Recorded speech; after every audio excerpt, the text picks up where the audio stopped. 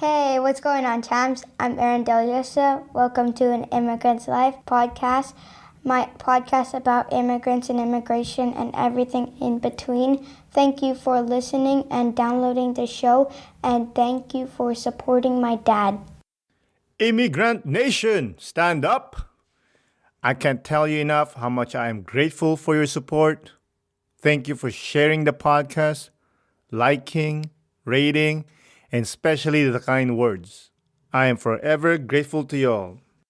As a reminder, you can follow us on all the social media. Our handle is at An Immigrant's Life. You can also contact us by email at animmigrant'slife@yahoo.com. And of course, you can listen to the podcast on all the podcast platforms, even on YouTube. Yo, last week's episode was a blockbuster. Camila's episode got so much love, it was overwhelming, and we appreciate it all. Having said that, let's continue to roll with another outstanding episode. This week's guest has such a big heart that he designed his life to help people that are in need, maybe new immigrants or aspiring immigrants. And with his surplus of love, he started a non-profit organization to help out the less fortunate people of Pakistan. The word inspiration has been saturated lately, but I'm telling you, this dude is the real McCoy. Let's not waste time. So, without further ado, let's get into the show. Isa, dalawa, tatlo. Today's guest is a startup specialist and a social entrepreneur. He chooses to help less fortunate communities by starting and supporting non-profit organizations. Everyone, please welcome Mustafa Ansari. Hello, everyone, and thank you, Aaron, so much for having me here. And I'm very happy to share my story and experience. Awesome, man. Thank you for reaching out. I really do appreciate it. Yeah, definitely. I've been looking at your profile and I've seen a few of the podcasts, and I thought maybe it's time that I come on it as well. That's awesome, man. Actually, to be honest, you're one on my list. Oh, really? Yeah. I saw. I don't know how I found your. I think you like one of my posts. I'm like, yo, this guy is cool. I'm gonna talk to him one time. Well, thank you so much. Yeah, Instagram profile is not really my real life. It's my fantasy life. So I get compliments from them. That's okay. That's cool, man. But yeah, Instagram is not life. You know what I mean? It's my happy moments life. Isn't it everyone's? Yeah, there's some people who post their sad moments too, and I usually don't do that. I just open Instagram to see happiness and to explore. Yeah, to escape. Yeah, you can say that. But now it's more like you do other things to escape social media. Oh, of course. It's a type of drug, right? Very addictive. Oh man, that scrolling thing. I heard it recently. It's a bottomless pit and it never finishes. And now I've recently seen that after every 3 or 4 posts, even on Facebook, there's an ad. And now I feel like there's just more ads than posts from my friends or pages. It's just like I'm looking at ads all day. Yeah, it's pretty much, or like sponsored accounts. Yeah, like partnerships and this and that. Like, I just want to see what my friends are doing. That's it. Judge them. I know, it's just like, I don't know if you know, but they designed it to be that way. It's like what's this game? Slot machine. When you pull down and you, apparently, when you scroll down and it'll like refresh. Apparently, they designed it to be like that. It makes you feel like it's a slot machine, and it makes you feel like, oh my God, I wonder what's gonna happen next or what I'm gonna see next. Yeah, I totally agree. There's also a few documentaries I watched recently about it, and I feel with the invention of TikTok, especially, it's become too addictive, especially for the millennials coming up. It's just bottomless. There's always a new trend, always a new song, always a new something, and everybody just wants to be on it, and they have to be on top of it. So it's just too much for me. It is too much. Even though I work in mostly digital marketing. It's insane. It's just like It never stops. I trust me. I get into this warp hole once in a while. I'm like, what am I doing? And I was like, oh, I snap out of it and do something else. But yeah, you're right with TikTok. TikTok's like the worst, man. Agree. But we're not here to talk about TikTok. We're here to talk about you. So I know you're originally from Pakistan. Which part of Pakistan were you originally from? So I'm from the city of Karachi, which is the south of Pakistan, and it's a very big city. It's, I would say, around 25 to 30 million people, and it usually generates, I would say, 60% of the GDP of Pakistan. So it's like a very hustle bustle, like a Toronto type of city. Hmm. And I was born there. I did my education there. I lived near the beach, which was pretty nice because you get the sea breeze over there. And then I moved to Canada to do my master's in Hmm. business at Queen's University in Kingston. That's awesome. And now I just miss home. Don't we always? My WhatsApp status has been, for many years, it's been stuck on a feeling. Oh, I saw everybody, that. everybody asked me, what is that feeling? I was like, I can't describe it. You can't. It's hard. It's just I visited Philippines 3 years ago, and before that, I didn't visit for a long time. And between those time, I was saying that I don't miss Philippines. It's whatever. It's a place, but I miss the people, but not really the place. But when I visited, I'm like, oh, I miss this place. Oh, definitely. I feel like when we're abroad, we always think about our happy memories and the happy places that we resonate with back home, and we constantly play them. But when I went back home, I was there for, I would say, 30 days, and then I found out, this is the reason why I left. I mean, I guess you're better than me. It took me like I think the end of third week. I'm like, okay, I'm good. I'm good. I can't Yeah, handle this craziness. because first of all, when any person who visits Pakistan from outside, after 10 days, his stomach gets upset and diarrhea, vomiting, it gets pretty common because we eat so much street food and spiciness. Mm. And this has not happened in Canada at all for me. So I was like, I don't miss that experience at all. You And still eat then street food? in Pakistan, I Yeah. do. Like, Okay. I know that I will be sick, but I still do it. And I was really sick when I was coming back on my flight to Toronto. It was a direct flight, 14 and a half hours. Ooh. And I was just, out. Like, I couldn't hear from one ear, my flu, cough, and that was just pre-pandemic. So when I came to the airport, everybody was like, something's up with this guy. I was like, no, I'm just ill. I didn't eat street food.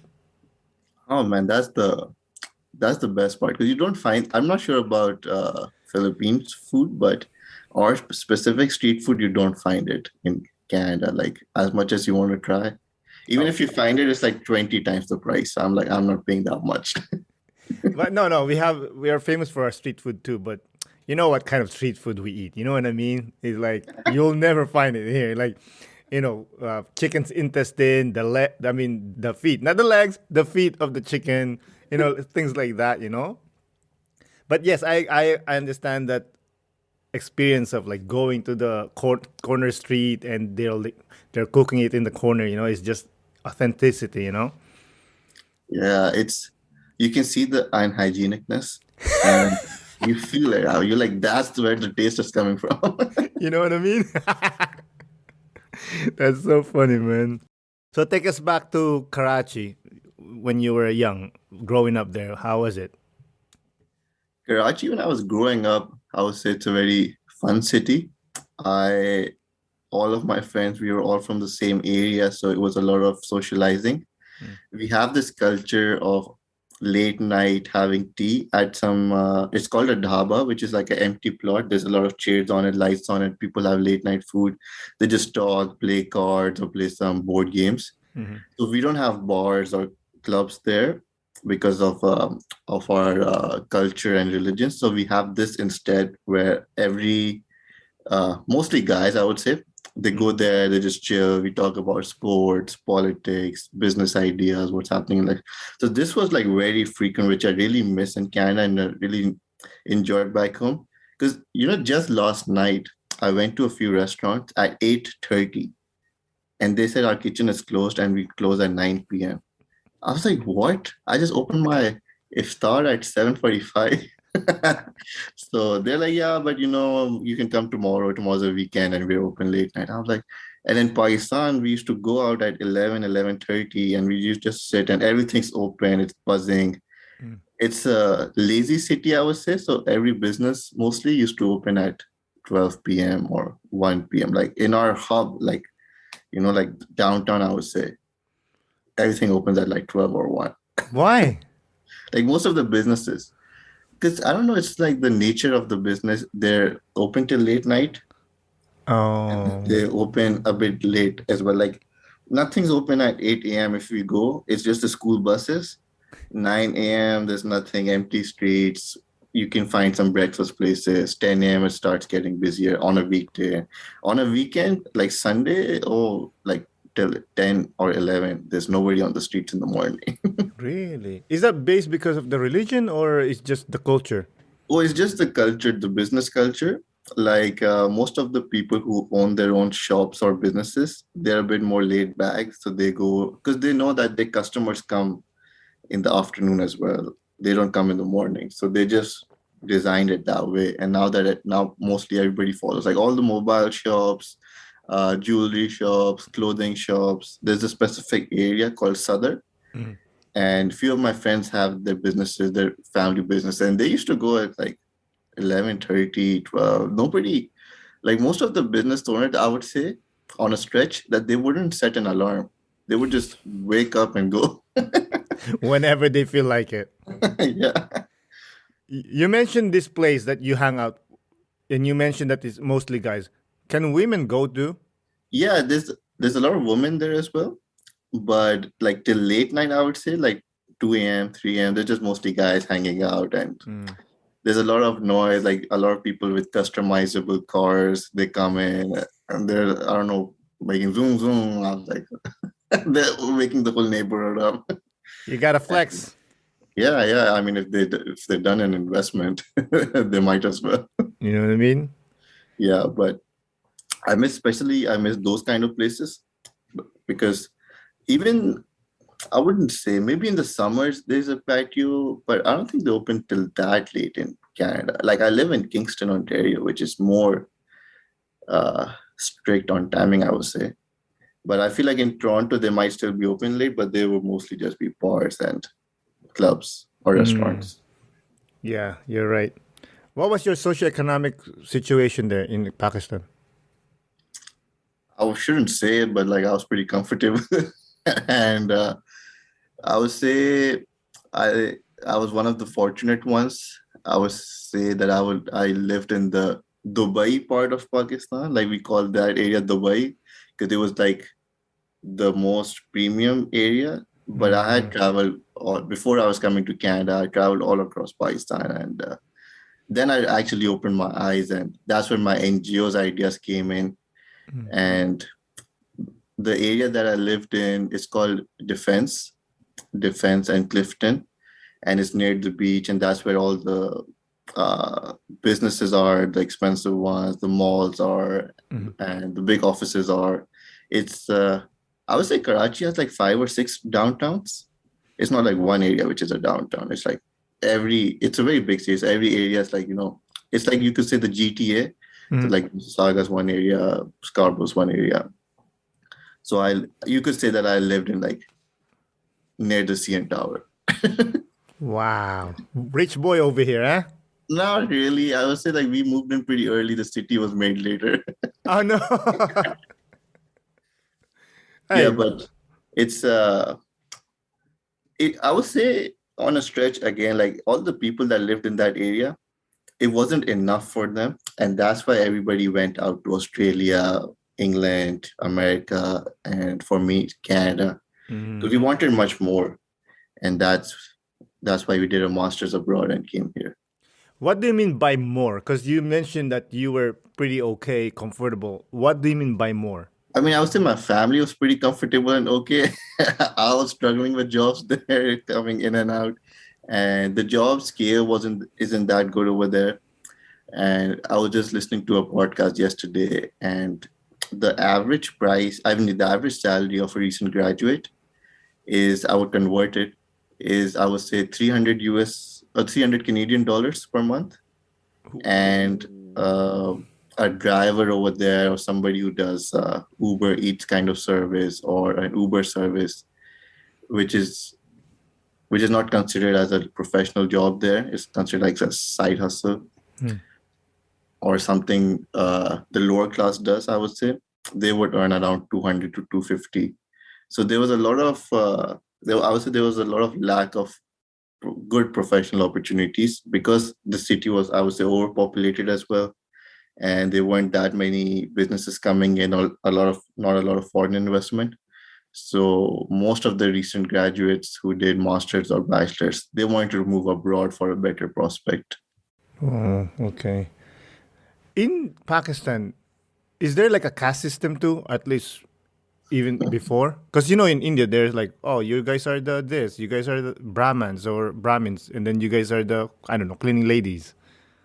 I mean, we do have it, but it isn't that emphasized as much as it is in India. And our caste system is like, for suppose there's a caste called Pathans. So you can tell by somebody, most of them, by looking at them, that they're Pathans because they're mostly very fair and they're from the mountains and the northern Pakistan. And then there's more, I would say, provincial caste because there's Punjabi, Sindhi, Balochi, and they wear their traditional clothes a lot. But we don't emphasize much on like who's what. Like I would say that we're a bit past that. I hope so. So you're saying that you're better than Indians? All my friends are Indians here, and I'm not sure if you know, but we have a lot of rivalry in life and specifically in sports. So we always, do this to each other. Yeah, Nice. one Pakistani is worth like 5 Indians anyway. And they're like, all our CEOs, all our Indians are CEOs of every major company. And I'm like, yeah, that's why they're struggling. That's funny. I love that you said that there is a competition between India and Pakistan, because I just recently saw a video that I guess this is like Pakistani soldiers and then the Indian soldiers on the other side, and they're like marching and shit. I'm like, what is this nonsense? That's a theatric show in Lahore at the Wagah border, where it's a border, and at one side they're all Pakistanis, and there's a lot of crowd, and there's a lot of cheering and drums and a lot of noise. And the other side there's a lot of Indians, and then these soldiers, they come in with their high boots and they're stretching and making noises and making faces. It's a it's a funny place. And people really love it. Like people, I would say from Pakistan and India, both, they're very patriotic. Every person knows A to Z about the country's politics, the country's sport, specifically in cricket. Whereas I would say, in comparison to Canada, I didn't even know that the elections were happening here. Nobody knew the elections were happening. But when there are elections in Pakistan and India, I would say the rest of the world just stops. And everyone's focused on the news with their flags and with the political rallies and the protests and everything. So they're very into it. They're very patriotic, and because of that, there's a big of a rivalry between India and Pakistan. And because Pakistan was part of India, and then when British left, we also separated. And then Bangladesh was also part of Pakistan, and then Bangladesh separated from Pakistan. And then we've had a few wars in and out. And then there's an issue of Kashmir that we have. So we don't have like a lot of bilateral ties with each other, like international ties. Like no Pakistani can go to India, no Indian can come to Pakistan unless there's like a religious visa or something. But nobody can go in and out, and there's no trade, I would say. There's no, like our prime ministers, their whole political campaigns are based out of each other. That's crazy. And so this is all that happens when we're in Indian Pakistan. Once somebody from Indian Pakistan comes abroad for suppose England, America, Australia, or Canada, like for suppose Kingston, it's the same. We're like, it doesn't matter what's happening there. Let's just go have samosa together, have biryani together, and Mhm. everyone's friends with each other when they come abroad. Once we go back home, there's a lot of hate speech by political parties, and it just comes into our head. But Mhm. outside, everyone's like brother together. We watch sports together. We do everything here together. So because we have the same language, so it becomes very comfortable. Yeah, I mean, when you're in the well, it's hard to see the sky. Yeah, well, I will use that quote. I don't quote me on that. I probably stole it from someone smart. I like pretending I'm smart. I say these things that smart people say, so people think I'm smart too. Yeah, I like it. Every time I try to say something like a quote, my sisters they just say that you're just quoting a bumper sticker. I was like, what is that? I made it myself. I made it. I stole the idea from someone, but I made the words. Yeah. Sometimes I just translate it from my language to English and I say, it's mine now. That's awesome, man.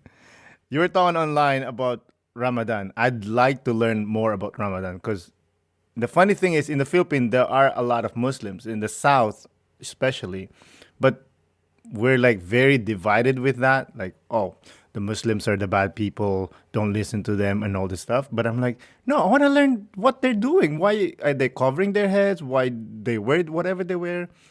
Let's talk about Ramadan. So, what's the significance of it? Yeah, I may not be the best ambassador, but I will try. So Ramadan is a month. It's a very special month for Muslims. It's very holy, and we fast from sunrise to sunset. I would say a bit before sunrise. So for now, it's around 5 a.m. to around 8 a.m. in the Toronto region, and we don't. It's I think 14 to 15 hours probably. I'm not sure. And we don't drink or we don't eat in between that. We try to be the best versions of ourselves overall as well. Don't swearing, no lies, nothing. And so this, I'm assuming this concept came in when like we want like the Muslims. So this gives us the experience of what somebody less fortunate than us feels during the rest of the year when they don't have anything. And this makes us more charitable and makes us, gives that experience. And once we feel it ourselves, then we know that, I know for sure that at 8 p.m., I'll have a big table.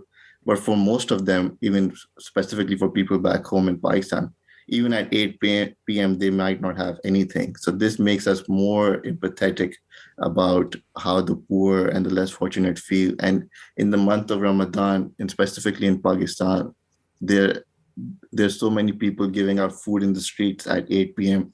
My friend and my NGO does that as well. A lot of people make ration boxes, which is like a big grocery box before the month, and they gave it out to a lot of people. So people become very charitable in this month, and it's I heard it somewhere. I think it was an article that fasting is really good for your health as well because Mhm. it cleans out a lot of things. The toxins. Yeah, probably. It's a bit difficult for me to fast, but I fast as much as I can. Hmm. But that's the gist of it. I'm sure there's much more information, For and sure. it's a very holy month for us, and we try to become the best versions in it, and then move that forward for the rest of the year. Hmm. Do you pray more during Ramadan?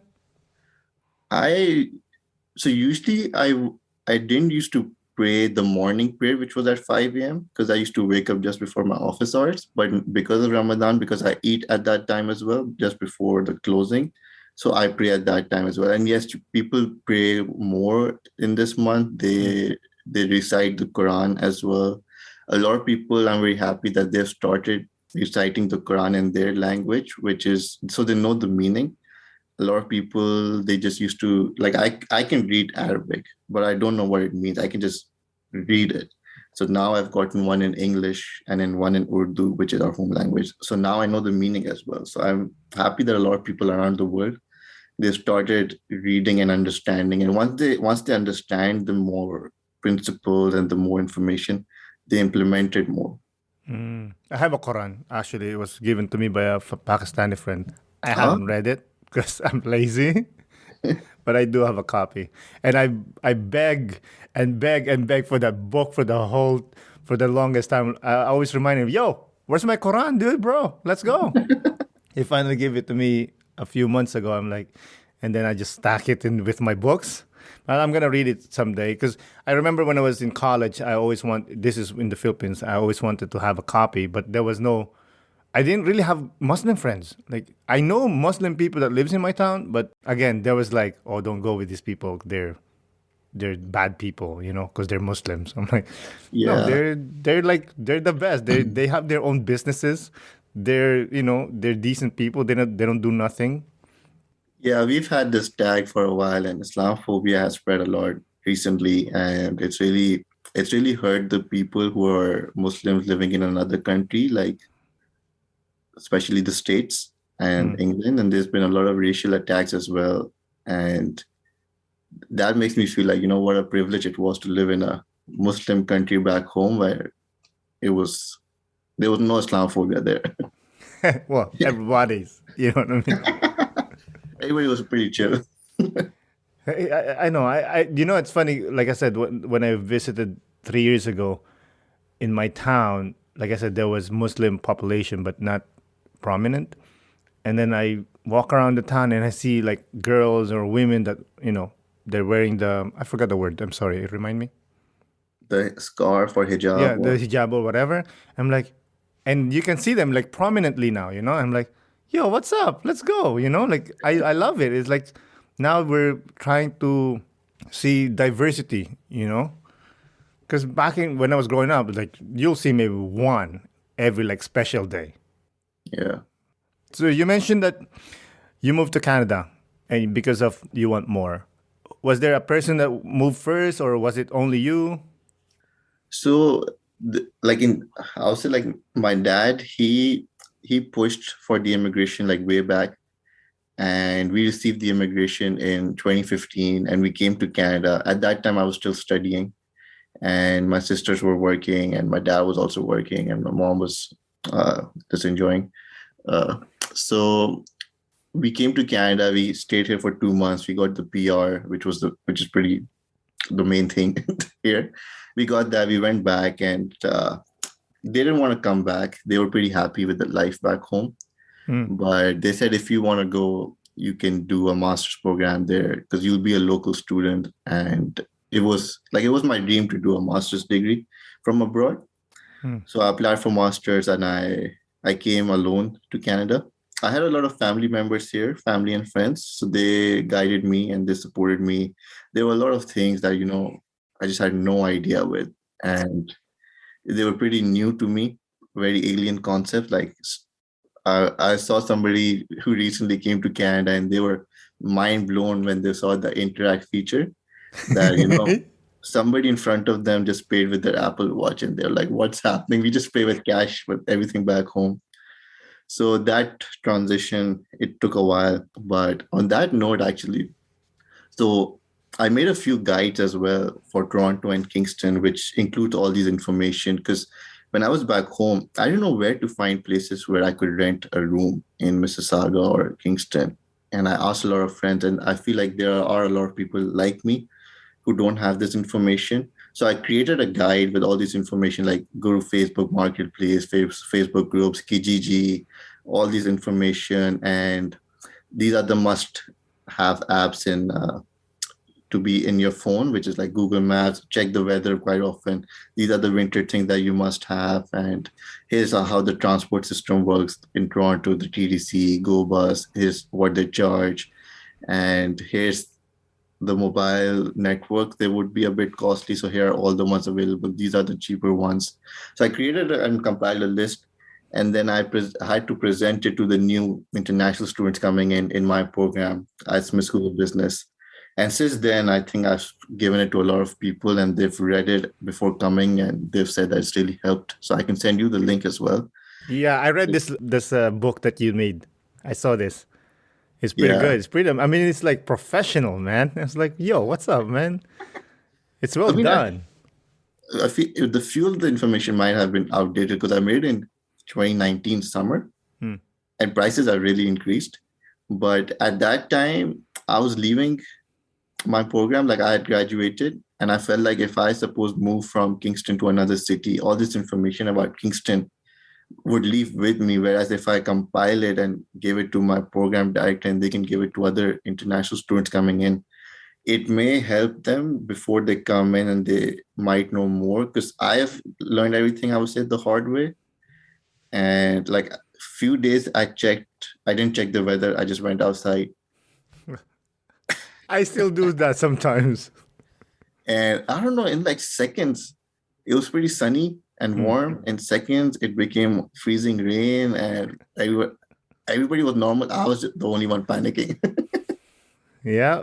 So all these experience, push me to make something like this to help the people coming in. Because I know a lot of people are still coming in into Canada. For sure. But I like this guidebook. It was really well written. Like I said, I love the graphics and the pictures. And yes, it needs to be updated, obviously. But I'm sure it's helpful. Does your school give it away or? They usually used to upload it on their program portal, Okay. and I made it all digital. I think I did print one of them because once I made the Kingston one, I had a lot of requests coming from my friends that they're like, nobody goes to Kingston, first of all. Nobody actually even knows where Kingston is. When they search Kingston, like Jamaica pops up and Kingston upon Thames and UK pops up, and like Kingston in Canada it's not like a lot of people don't know about it. So they're like, you've been to Toronto so many times, you lived there for a few months, and you know a lot about the city. So if you could just make one for that. And a lot of my juniors in my school, they were doing the program from Toronto. They had the option of doing that because we have a branch in Toronto as well for Smith School of Business. So then I made one for Toronto, which became more of a highlight because Toronto's a Canadian dream, I would say. Everybody wants to move to Toronto, so everybody read that one. Yeah. I see that like a lot of South Asians moves to Toronto. There's a lot of sorry, go ahead. I would say they moved to the Greater Toronto and they moved to Brampton and Mississauga.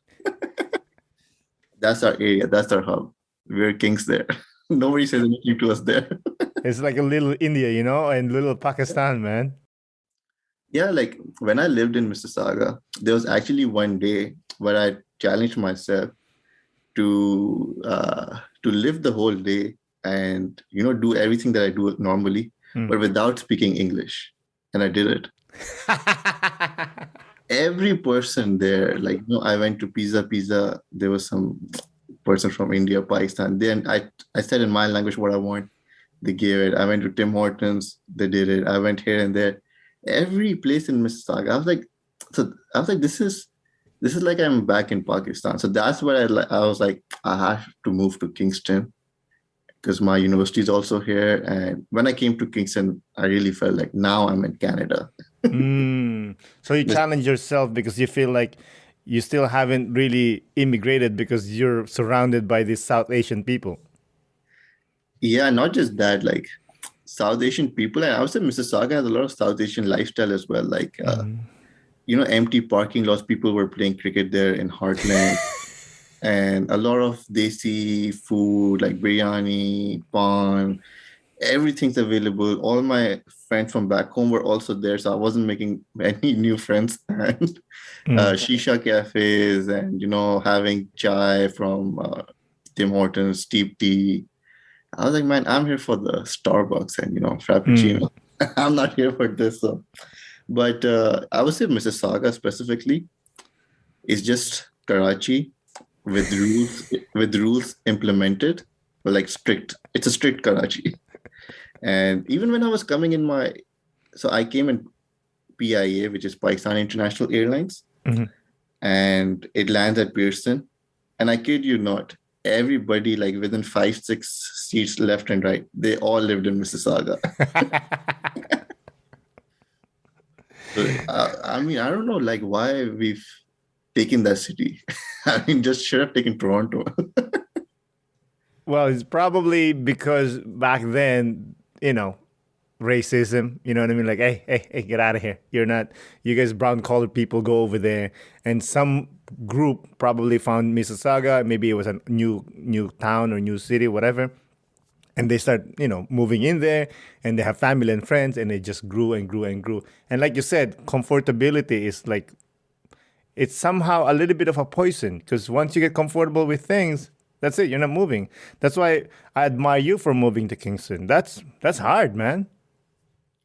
Now it's hard for me to move from Kingston to Toronto because I'm so comfortable here now. Because like I lived in a big city. Toronto, Mississauga were pretty big cities, long commute times. But Kingston, it's a very small city, and the downtown and the university and the lakefront, it's all in a 20-minute radius walk, just walking. So for months, like I haven't sitting in a car, in a bus, like everything is just here. You So just walk. I just walk everywhere. So it's become comfortable, but it's a very nice city. People are really nice, but then in terms of career growth and opportunities, it's very limited as well. So now, do you feel like a Pakistani living in Canada, or do you feel Canadian that has Pakistani background? I feel like I'm Canadian because no Pakistani says thank you, sorry, or stuff like that. I hold the door for till a lot of people come in. Nobody does that back home. Nobody? Man, no one has time in my city. They're like, Really? But I feel like because of Kingston, a lot of Canadian values has, been installed. Software's been updated. And Do you think it's better updated, or? I mean, much better. And my English has improved because I speak with English here. I've made a lot of friends from around the world in Kingston. And I do feel like when I go back to Toronto or Mississauga, I'll mostly just roam around my Pakistani circle and, go back to that life, Pakistani food, shisha cafes, cricket, watching politics, protest, all that stuff. Yeah, once in a while you want to, touch base with your soul. Yeah, I think a few months back I went to Mississauga, and like I lived there in 2018, so I went there after 3-4 years, and I was like, man, this city has become more brown than it was. Like especially the Celebration Square.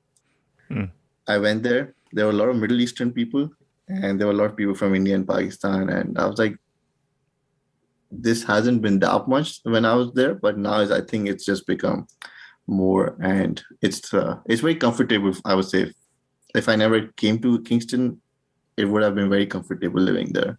Yeah, I like that. So most of your friends in Kingston, are they mixed, or are they mostly South Asians? I would say the majority could be South Asians. A lot of my friends, because Queen's University is in Kingston, so once everybody graduates from here, they instantly leave the city. Because all the jobs are in like Ottawa, Montreal, or Toronto. So a lot of my friends left, whereas at that time I got a job in Kingston, so I stayed back. So because of my volunteer opportunities with Rotary, I have a lot of friends from other areas. But because I was part of this Indian club on campus as well, so a lot of my friends are from there as well. You said that you're a social entrepreneur. What is that? So this term, I would say, came in when I was doing my master's. And because my master's was in business, entrepreneurship, and innovation, me and two friends of mine, we founded a social enterprise, which was we were bringing saffron, a spice from Afghanistan, and selling it here, and then putting most of our profits back into the country to help rebuild the life of the farmers, and specifically women farmers. So we were empowering them. So at that time, this term came in, and after the first few months of the pandemic, it really shut the business down. So I left that, and after that, I've been doing my own NGO for my home country, Pakistan.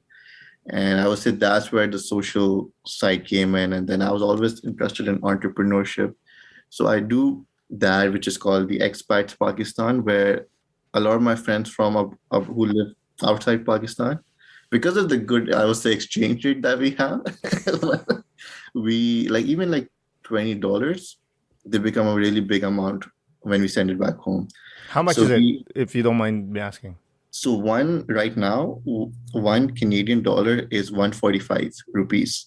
145. Yeah. That's a lot. Yeah. So this whole concept came in when it's a funny story actually, I would say. So once I was just going through Union Station, and these, brand ambassadors for these NGOs, they like, I was pretty new at that time. So they just, looked at me and they're like, well, we're doing this fundraiser and would you like to do this? So first of all, I said, no English, no speaks. So I could just get away. So they're like, oh, where are you from? I was like, Pakistan. They're like, oh, we have somebody from Pakistan in our team. They called that guy. That guy spoke in our language. I was like, man, I was just trying to go away. I have no money to give. So he's like, basically what we're doing is that, a meal in Canada, suppose if you go to a restaurant, it costs $20 or $25. Mhm. But if you skip that one meal in a week or a month, suppose in a month, and contribute that money to us, that $25 can get grocery for a family of 5 in a country in Africa or Asia. So that point of is really stuck in my mind for years. And then when the pandemic hit, and when people were losing their job, the daily wagers had nothing to do during the lockdowns. So that's when this concept revived in my mind. And I was telling my friends one of them lived in Bahrain, few of them lived in the UK, one of them lived in Australia. And I was like, if we just contribute $20 each, and it becomes a really big amount when all of us contribute and send it back home. And then because I was a part of a lot of volunteer opportunities back home as well, I still had the connections. So I contacted them and I was like, if we send this money and you could get the grocery and then you could find the people, if you go to the specific areas, Mhm. and then you can contribute all the grocery packages to them. Because at that time it became COVID was spreading very fast and people were really, losing opportunities. Mhm. So that's where the idea started. That's where the work started. And so far, like I think it's been 1.5 to 2 years. We've done a lot of work. We've done a lot of work in specifically in water and sanitation. We build a lot of water pumps in places that are near the desert and small villages. Mhm. So that one water pump, it gives the water for the whole, I would say 2-3 families nearby. And water is a big problem in Pakistan as well. So water and food is our main focus. And we do a lot of clothing drives as well. So we're all focusing on that. So all that idea, and I give this idea to everybody, specifically to my friends in India, because I tell them, here's the business model, just go and implement it. And if you need any guidance from me, I'm happy to help. I give them so I raise money through this online website called Donor Box. It's pretty easy. You send them the link and people can just pay online. So there's no, because few of my friends were in England and Bahrain, it was pretty easy. You just put in your Visa, MasterCard and the money comes. There's no Interact or, no international money transfer. So I give this idea to many people and maybe you can in the future implement it in the Philippines as well. Listen, I like sending money to the Philippines to help out family and stuff, but I'm so lazy, Like this is how I do it. I ask my mom, do they need money? Of course, it's always they do need money. And I say, tell me how much, and then I'll give it. That's it. Leave me alone. I'm not like you, you're Superman. I'm like Aquaman, you know what I mean? Like I do things, but not much, No, so a lot of people ask for money, but we only give product or we make something, but we don't give money because I feel like in Pakistan, people are still a bit corrupt. And I don't know, like if I give them money, they spend it on drugs or I don't know, just having Pepsi, Coke. I was like, it's better if I give them the product instead. Okay, if you give the product. But you mentioned earlier that you were creating water wells, right? But how do you make a water well if you don't have money? So we don't give the money to the people. We've partnered with specific organizations and We give the money to them, and they have already sent us requests that these are the areas that still need the pumps, and it's around, I would say, $150. Hmm. So like all my friends, we just contribute 30 or 20 each, and per month we've targeted to make at least 10 per year. Hmm. And we give the money to the organization. The organization I trust, and they're like verified, so they go to the specific areas with their labor. They send us the whole process. They send us videos, and they send us all the updates. And this is where they've, I don't know, put in some pipes underground, and they've made the area, and then they just put our name over there as well. Like, these guys came and they made the well, and then they just hand it to the community. And I think like after 2 months, they go to have a update, and if there's some maintenance to be done, then they just do it themselves. Mm. See, I like there's an organization, but humans, if there's money, they're gonna take. If it's 100, they'll take maybe 5. You know what I mean? Like that's.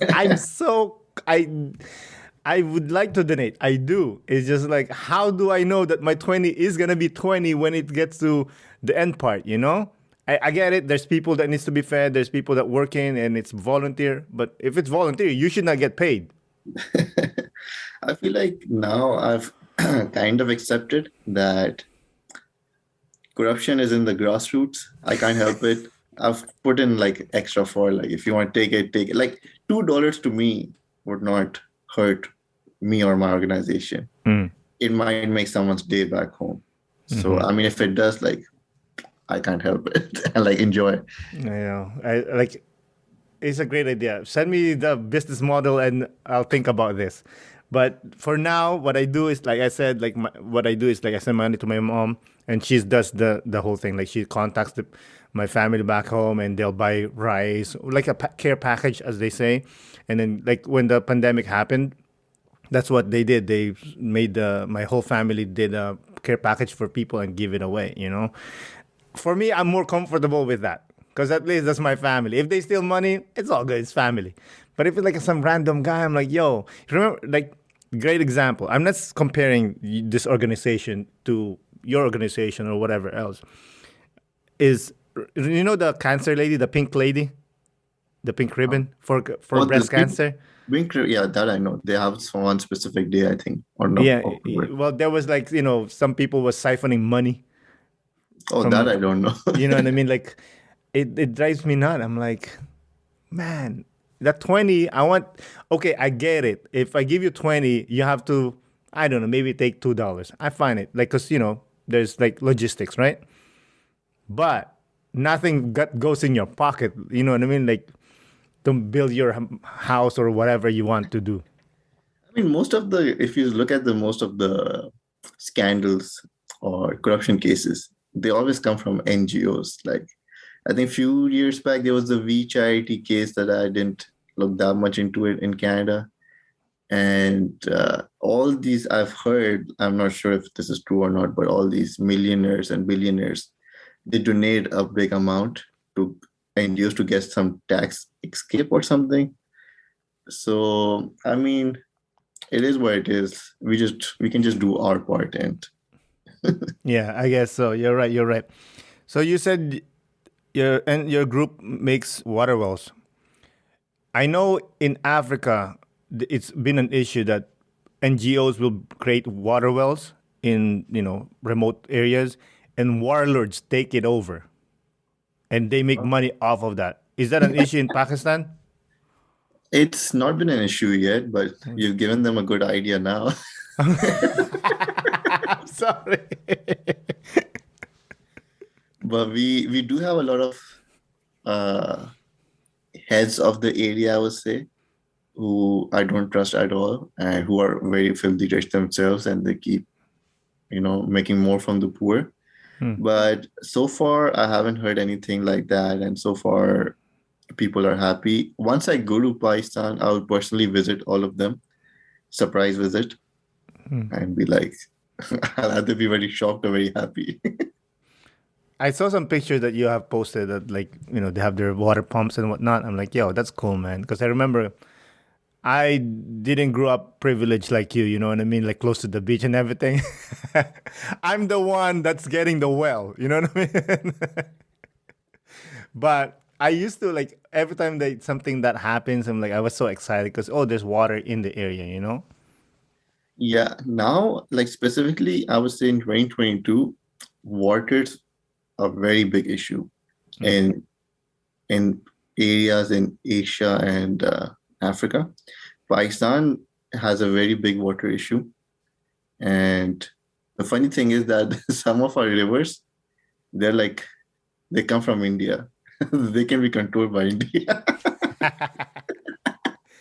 Goddamn Indians, you know? Yeah, so I mean that's one of our issue. Even though we're next to the water, we have a big ocean line, Arabian Sea, but we still have issue of drinking water. Mm. And I feel like with this climate change, it's only going to become more severe. I heard somewhere in some, I think, documentary that the World War III would be on water. I heard that too. It Yeah. could be. I mean, water is so important. Like, you don't survive without water. Yeah, and I think like in Canada, we've just taken water for granted. Like I just take long showers from drinkable water. Oh, trust me.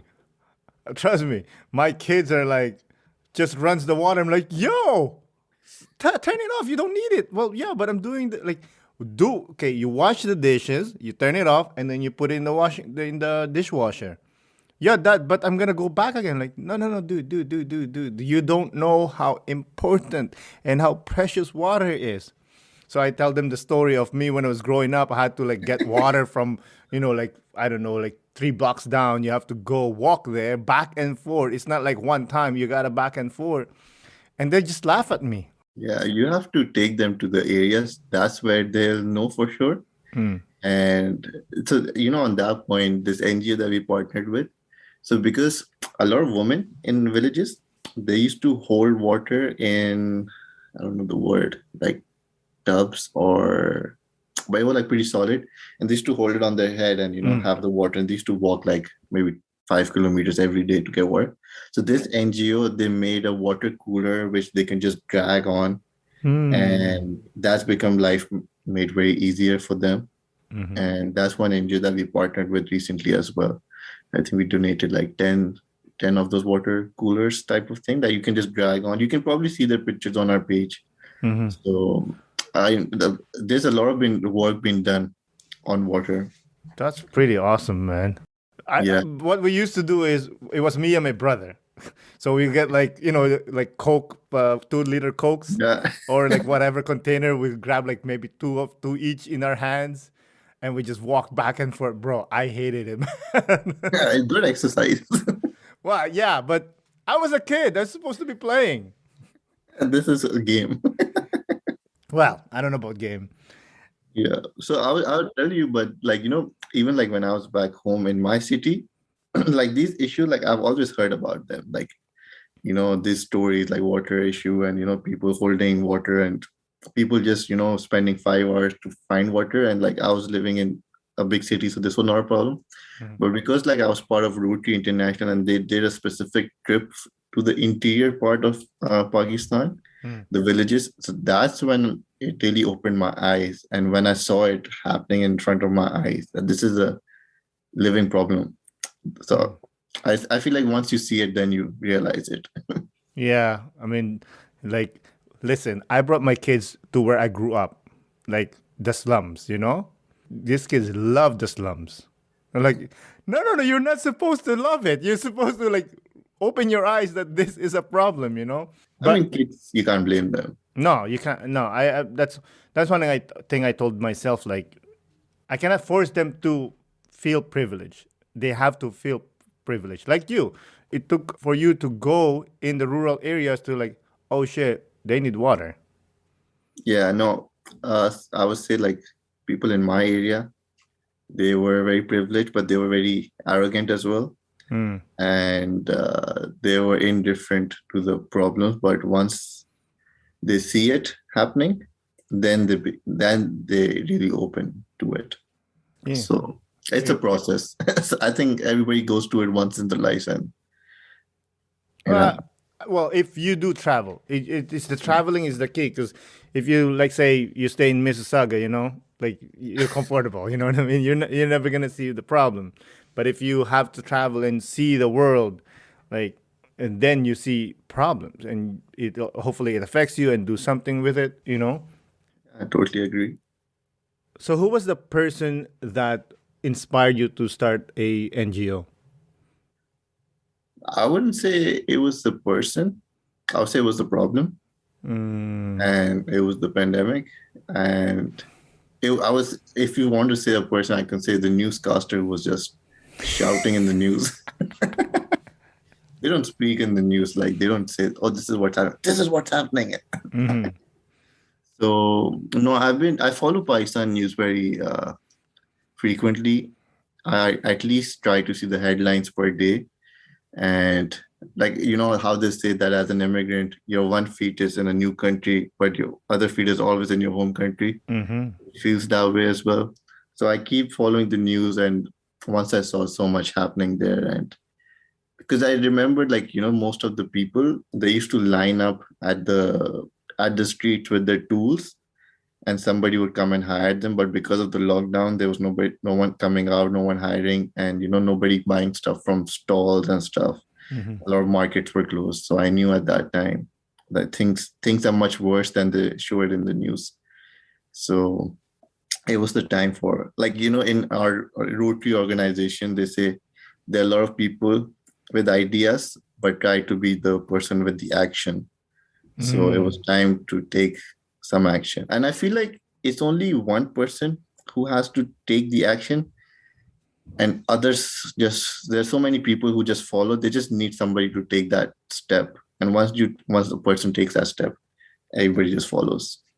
Yeah, I agree with this. I saw like sometimes they show like videos of like it's like a set of videos of like someone's in trouble, and then it takes one person to move, and then everybody start moving. Oh, a great example.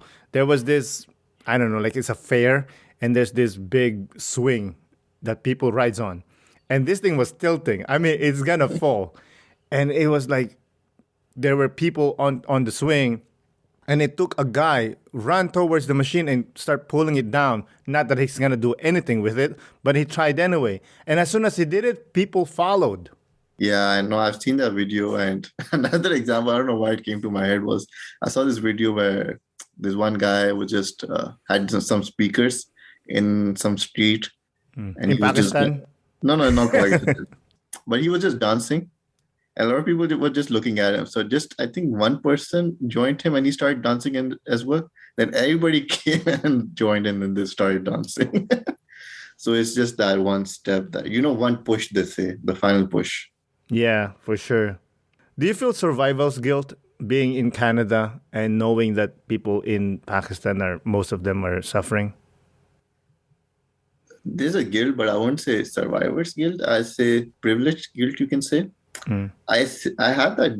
So the guilt I feel sometimes is that a lot of people just like me, I would say uh, more smarter, more intelligent, more hardworking, and they are still in Pakistan. And I had this privileged opportunity to come to Canada to make the most out of it. So sometimes I feel like I should make more out of the opportunity of Canada that I have. Because if somebody like them were in my position, they would have done much more. And if they get that opportunity, they would do much more than I have done. And I should do much more. And the guilt mostly just, is around that, I have to work much harder. I have to earn that. And for in terms of Pakistan, I feel very grateful that I was able to come to Canada. And I try to convince more people, and I try to guide them more. And that's how I overcome all of this, that I help and guide more people who want to come here Mm. with, universities and applications. And a lot of people are more, have more questions toward the prices, international fees, living fees, food and drink fees. Then I tell them all these hidden fees. I feel like this mobile network fees is pretty hidden, at least that's, and then the transport fees and all that. So I try to, help as much as I can. And that's, I think, how you can overcome it. What is the thing you are proudest of so far, and why? I'm proud of it's a funny thing. I'm proud of that. The university where I studied is where Elon Musk studied as well, but he just came for 2 years.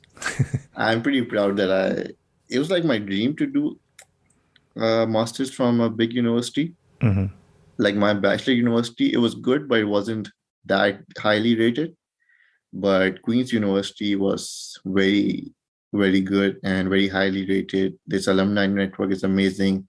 The resources they provide were amazing. So I was pretty proud that I was like, I couldn't have thought that I would be able to do a master's degree abroad in a university like Queen's University. So I'm pretty proud of that. Awesome. Listen, buddy, I think we're there. But before we close out, do you have any last remarks? Last remarks would just be like, the people who are listening, if they want to reach out to me for anything, I'm happy to help on my LinkedIn, or you can email me or Instagram. And for the people who have doubts about anything, I would strongly suggest that follow your gut feeling. It's brought me here. Just following your gut feeling, and it will bring you where you want to be as well. And just work hard and, make the most out of every opportunity. Sometimes I feel like we overthink an opportunity and let it pass by, but I feel like this is the year to make things happen. All those ideas, this is the year economies opened up again. COVID is back again as well, but not that intensive. So this is the year that all those ideas, all those dreams, this is the year to make them happen and achieve them. Beautiful, beautiful. Before we close out, if you could say your Instagram, your website, your LinkedIn, go ahead. Yeah, so my Instagram is Mustafa23 Ansari. You will find it pretty easy. And my LinkedIn is also Mustafa Ansari. And I don't have a website at the moment right now. How about your NGO, your the donation part? So we had a website, but when the time came to renew it, we had the option of investing in another 2 water pumps or renewing the website, and we chose to put the money there instead of the website. But the NGO is called the Expats Pakistan. You can find them on Instagram as well. We post about the projects, and yeah, you can find me pretty easily on Instagram. So just reach out. I'm happy to help and guide. Awesome. Again, I really appreciate you coming on. Yeah, thank you so much for having me and having me share my experience. Hells yeah. Thank you. Bye. Bye-bye. Again, Mustafa, thank you for coming on the podcast. I really do appreciate it. Thank you, listeners, for listening. This is Aaron Deliosa for An Immigrant's Life. I'll see you guys later.